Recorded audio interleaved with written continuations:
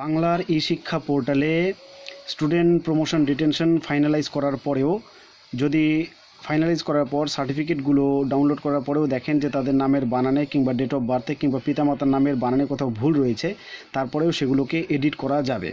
তো আপনাদের যদি এই সমস্যা থেকে থাকে তাহলে কী পদ্ধতিতে এডিট করবেন চলুন আপনাদেরকে লাইভ দেখাচ্ছি। প্রথমে বাংলার ই পোর্টালে ক্লিক করে বাংলার ই পোর্টালটাকে লগ ইন করতে হবে। তো প্রথমে ই পোর্টালে ক্লিক করবেন, তারপরে ই পোর্টালের যে লগ ইনের উইন্ডোটা সেটা আপনার সামনে চলে আসবে, তারপরে সেখানে লগ ইন করবেন। কীভাবে দেখাচ্ছি লাইভ দেখুন।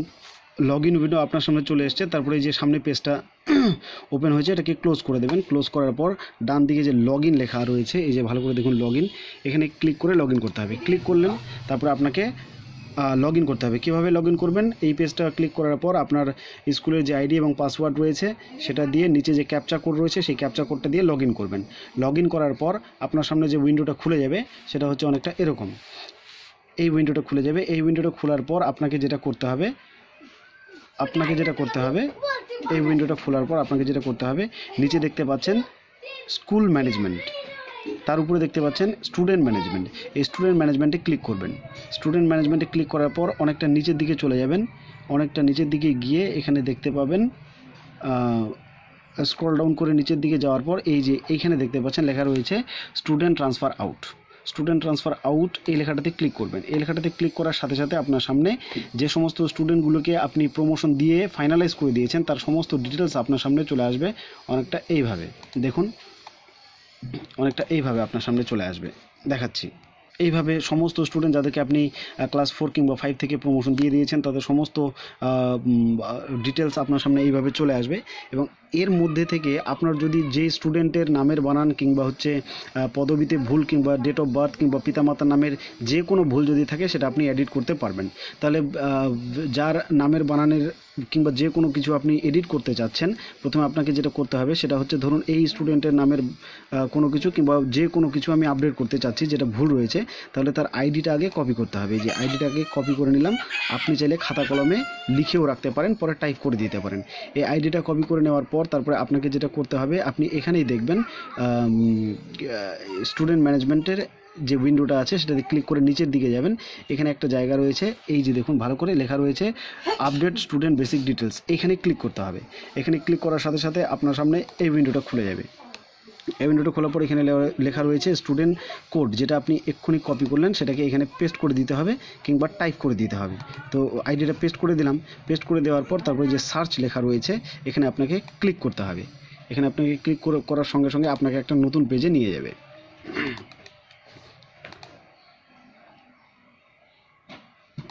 আপনাকে একটা নতুন পেজে নিয়ে যাবে দেখুন।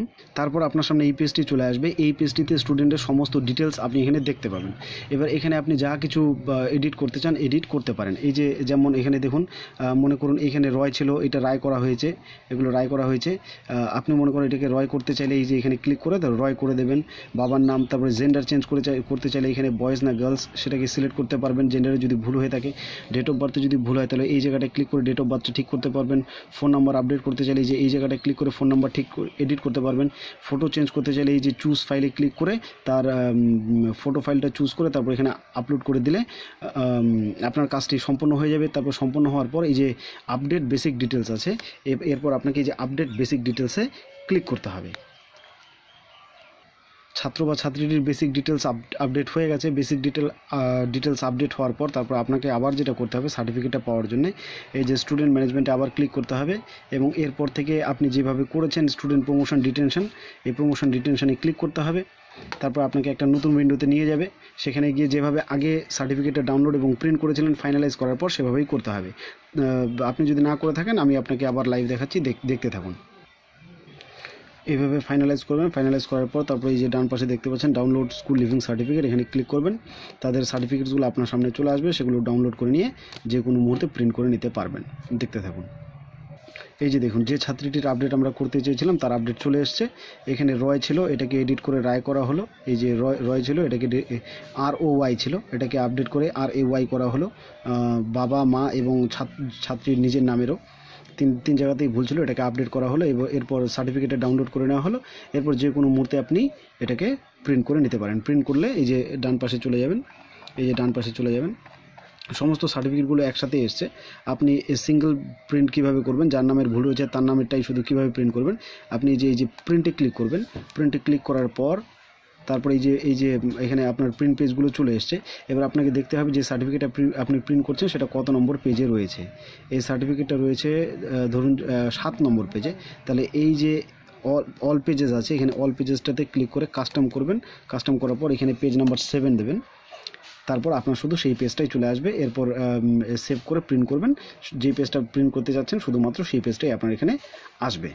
এতক্ষণ ধরে ভিডিওটি দেখার জন্য ধন্যবাদ। যদি ভালো লাগে তাহলে একটা লাইক করে পাশে থাকবেন এবং প্রয়োজনে চ্যানেলটিকে সাবস্ক্রাইব করে রাখবেন, যাতে এই ধরনের পরবর্তীতে ভিডিওগুলো আপনি পান। পরবর্তীতে নেক্সট কীভাবে স্টুডেন্ট ডিটেলস আপলোড করবেন, যারা নতুন ভর্তি হলো তাদেরগুলো, সেগুলো আপনাদেরকে লাইভ দেখানো হবে। তো যদি সেগুলো আপনি পেতে চান তাহলে চ্যানেলটিকে সাবস্ক্রাইব করে ভিডিওটিতে একটি লাইক দিয়ে পাশে থাকবেন এবং চাইলে আপনি আপনার বন্ধুবান্ধবদের সঙ্গে ভিডিওটিকে শেয়ার দিতে পারেন। ধন্যবাদ।